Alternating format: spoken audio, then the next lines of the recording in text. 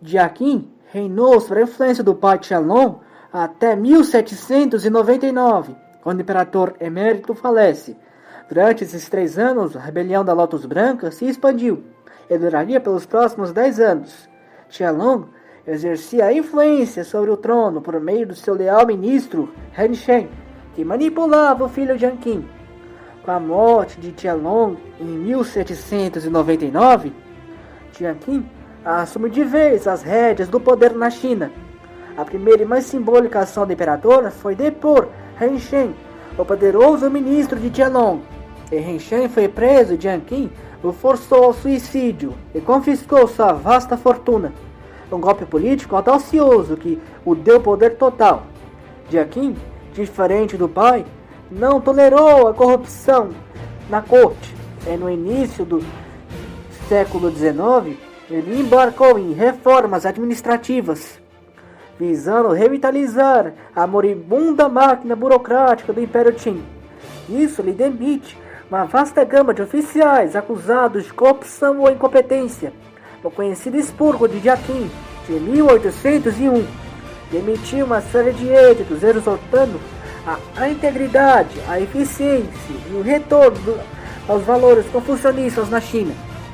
Para conter a rebelião da Lotus Branca no início da década de 1800, ele adota uma nova estratégia, promovendo oficiais militares mais competentes e ordenando a organização de milícias locais para complementar as forças imperiais, o que foi fundamental para isolar e erradicar os rebeldes.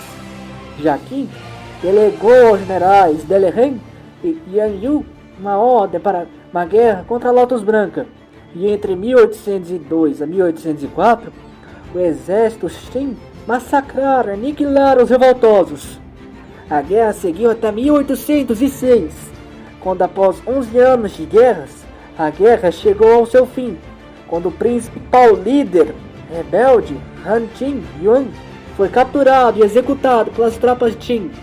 E então Jiaqin, para reconstruir a economia devastada pela rebelião da Lotus Branca, iniciou a política de reassentamento de populações para revigorar a agricultura. Paralelamente, o governo enfrentou crises econômicas agudas, incluindo sérios problemas de inflação relacionados à escassez de cobre e de prata e o desequilíbrio no sistema monetário, que afetavam profundamente a população comum e a arrecadação de impostos, levando a Jiaqin a emitir editos tentando regular a cunhagem de moedas e combater a inflação. Porém, as constantes enchentes no Rio Amarelo, entre 1806 a 1808, causaram devastações maciças em Jiangsu e Anhui e prejudicaram a economia agrícola Qing, exigindo dispendiosos projetos de emergência para reparar diques e aliviar a fome. E apesar da política oficial de restrição às atividades marítimas no sul da China, elas continuaram, com o comércio exterior persistindo através do Cantão. E pequenas frotas britânicas faziam comércios com os chineses, além do novo país das Américas, os Estados Unidos, que iniciaram relações diplomáticas com a China em 1809. Mas Jiaqin adotou uma política estrangeira mais defensiva e focada em controlar o comércio interior contra as potências estrangeiras. Na década de 1810, a crise financeira se aprofundou. Junto a isso, os britânicos, incomodados pela falta de liberdades fiscais do cantão chinês, passam a traficar a degradante droga chamada de ópio para dentro da China. Jiaqin isso restringiu o ópio em 1814. Porém, financeiramente, o déficit fiscal aumentou ainda mais. Paralelamente, a corrupção na elite imperial foi um mal que Jiaqin lutou a vida toda para erradicar, mas ela se mostrou endêmica e incontrolável, com escândalos recorrentes envolvendo altos funcionários no desvio de fundos que eram destinados ao exército, a manutenção hidráulica, entre outras coisas. E nas inundações que se seguiram na década de 1810, ocorreram muitos desastres naturais, causando fome, miséria e muitas mortes, o que fez crescer o banditismo Além disso, os britânicos seguiram introduzindo ópio para dentro da China. Com a importação ilegal da droga vindo da Companhia das Índias Orientais Britânicas e de contrabandistas chineses que agiam em parceria com os ingleses britânicos, seguiram atingindo proporções alarmantes, levando Jiaqing a promulgar decretos mais severos a partir de 1816, ordenando a prisão de usuários e traficantes chineses por desobediência à ordem do imperador. No entanto, a corrupção endêmica no Cantão tornou essa política irremediável. A partir de 1818, Jiaqing se tornou um governante desiludido, isolado na cidade proibida, vivendo isolado na cidade proibida, como eu disse. No entanto, o mal ainda demoraria mais um pouco para atingir Pequim, que reluzia sobre o teatro tradicional, baseado e vivido na Grande Ópera de Pequim, construída por Jiaqing em 1811, que combinava músicas, acrobacias e danças tradicionais chinesas, atividades ao ar livre e jogos como o Go Wei, um jogo de tabuleiro tradicional da China, reluzia sobre Pequim e era bastante popular entre o povo. Porém, a saúde do imperador passou a se deteriorar após saber da cruel inundação do Rio Amarelo de 1819, que ele só soube no início de 1820. Nisso, sua saúde seguiu a se deteriorar, e nisso ele falece em 2 de setembro de 1820, vítima de um derrame, e seu filho, Minin, o imperador Daoguang, o sucede. Daoguang, apesar de sua seriedade para lidar com os assuntos do Estado e tentar se dedicar a combater a corrupção na corte, mas ele herdou um trono caindo aos pedaços em corrupção e pobreza. Daoguang tomou medidas para lidar com os problemas do império, mas devido à corrupção endêmica entre a corte e os nobres oficiais, isso acabou não funcionando. Além disso, o país passou a sofrer bastante com desvio de verbas, além da escassez de minas de prata no império. A crise financeira foi agravada pelo comércio ilegal de ópio, que era um comércio que crescia alarmantemente no Cantão, apesar das proibições imperiais, levando a sérios problemas sociais sérios com o vício e empobrecimento do povo cantonês. Isso foi agravado ainda mais com a grande inundação do Rio Amarelo de 1825, um desastre de proporções épicas que submergiu vastas áreas de províncias como Jiangsu, Anhui e Henan. Desastres naturais, alagamentos sérios, destruindo colheitas, deslocando milhões de pessoas e causando fome e miséria generalizada, expondo a incompetência e a corrupção da burocracia com desvios de fundo, a reformas de engenharia hidráulica, o que obrigou o imperador a destinar somas do tesouro para a contenção de enchentes daquelas regiões, o que definhou ainda mais as finanças do combalido império. Muitos perderam todas as suas colheitas e terras e passaram fome, e de fome morreram. No Cantão, o comércio ilegal do ópio crescia muito entre o final da década de 1820 e o início de 1830, causando um prejuízo muito severo à corte. Na corte imperial se iniciaram discussões para conter o prejuízo do ópio. A facção legalista queria legalizar o ópio para taxá-lo e controlá-lo, e a facção puritana conservadora exigiu a proibição total e punições muito severas para consumistas de ópio. Daoguang se inclinou cada vez mais à ala puritana, restringindo ainda mais o comércio da droga. Nesse interim, o imperador ainda teve que lidar com as constantes agitações das populações muçulmanas no oeste do império, e tendo que contê-las com o envio de tropas para subordinar essas populações. Mas o foco do imperador estava no Cantão, e em 1832, o imperador tomou uma decisão importante ao nomear seu leal oficial Lin Zhenchu para uma série de cargos importantes no sul como comissário imperial. Lin iniciou uma campanha rigorosa contra o tráfico no Cantão, O fluxo de ópio em 1882 era de 23 mil caixas. Lin iniciou políticas de proibição e restrição ao tráfico de ópio e iniciou imediatamente reformas rígidas.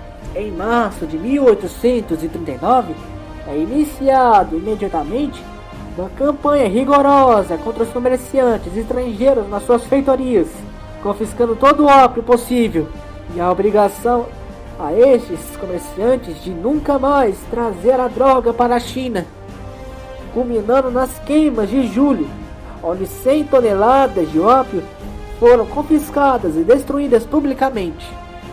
Em desafio direto aos britânicos, Mato que o Reino Unido, em busca de defender seus interesses, interpretou como um casus belli para uma ação, e o primeiro-ministro da época do Reino Unido, Lord Melbourne, pressionado pela elite britânica, se moveu a um conflito com a China, autorizando o envio de uma força expedicionária à China no final de 1839.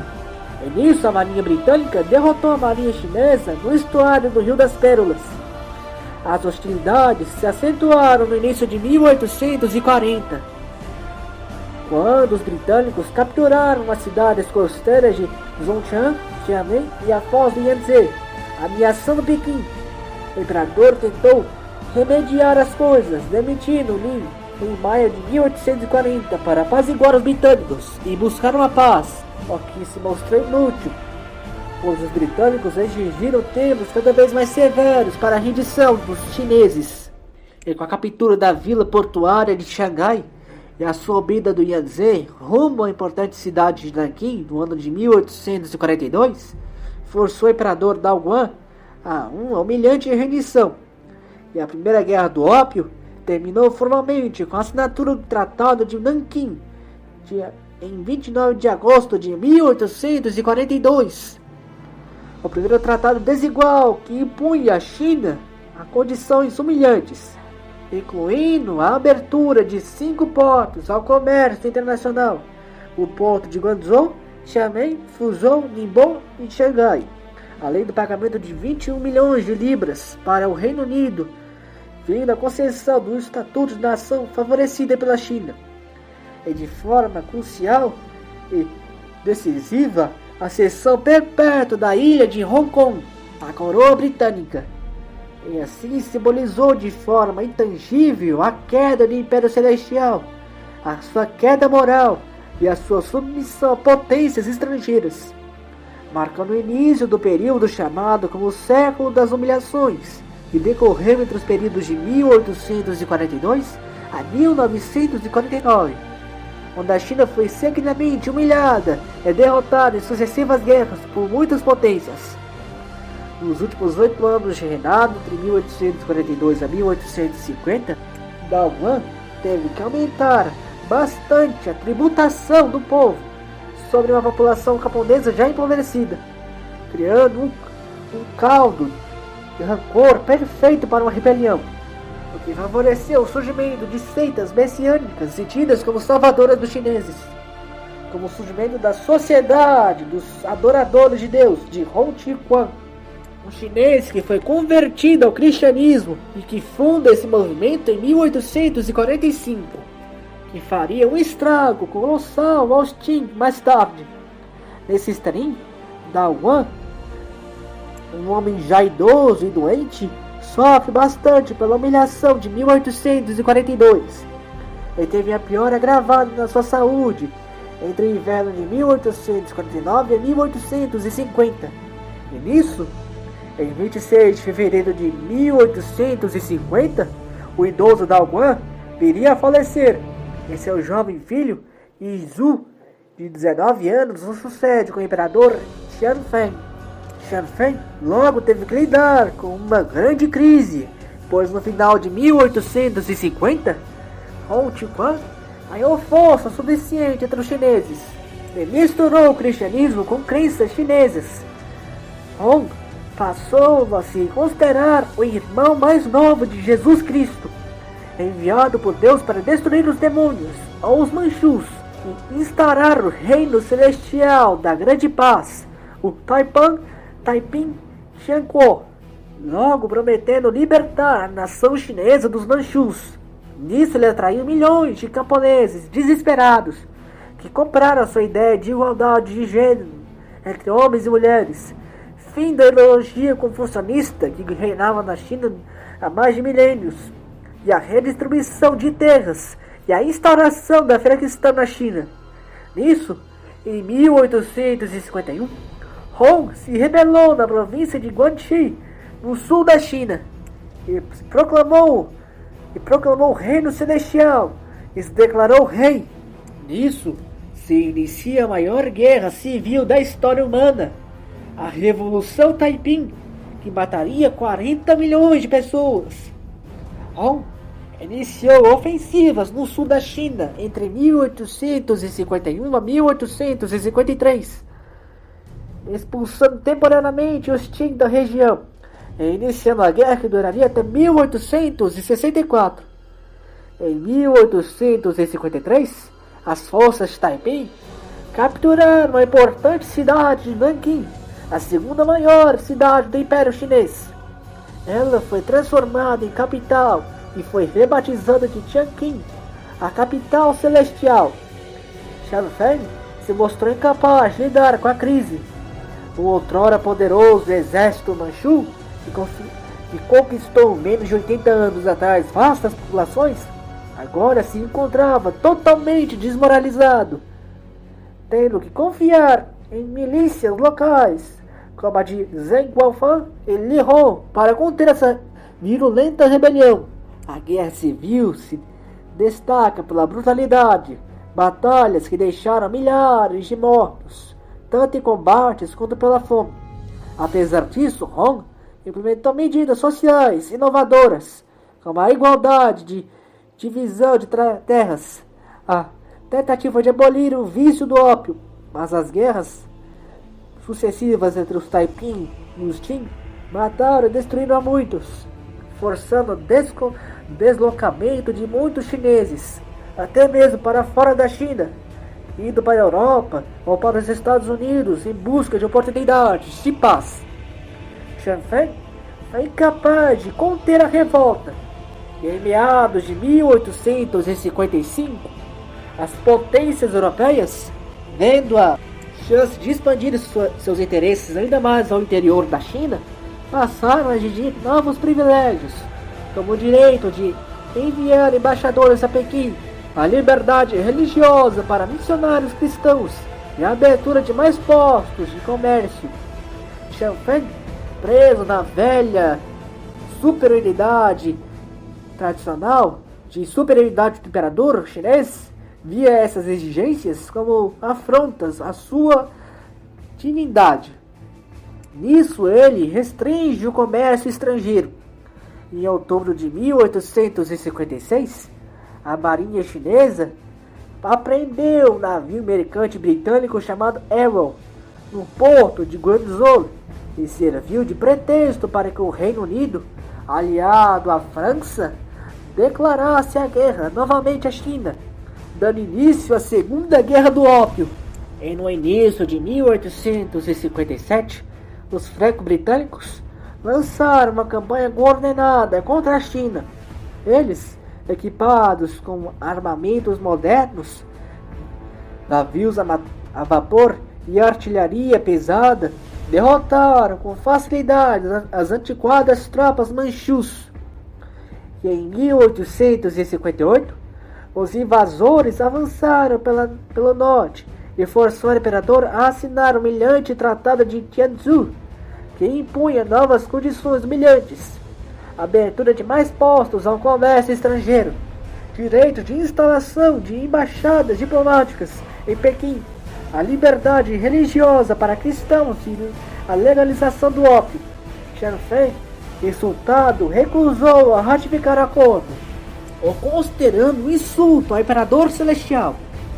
Neste mesmo interim, a Rússia, visando garantir sua presença no Oceano Pacífico e no mar do Japão, se aproveita da fragilidade chinesa e impõe o humilhante Tratado de Aigun em 28 de maio de 1858, que transferiu à Rússia toda a margem esquerda do rio Amur, uma vasta área que fazia parte da Manchúria Oriental, o que foi um golpe à honra manchu, cedendo sua própria terra aos bárbaros russos. No ano seguinte, os franco-britânicos iniciaram a guerra contra a China e marcham para Pequim pelo rio Peiho, mas os chineses os surpreendem e os derrotam em julho de 1859 da Batalha de Peiho. Mas já em meados de julho de 1860, os franco-britânicos atacam Pequim, e dessa vez com sucesso. As tropas europeias tomaram a cidade de Tianjin, o que abriu caminho para a capital.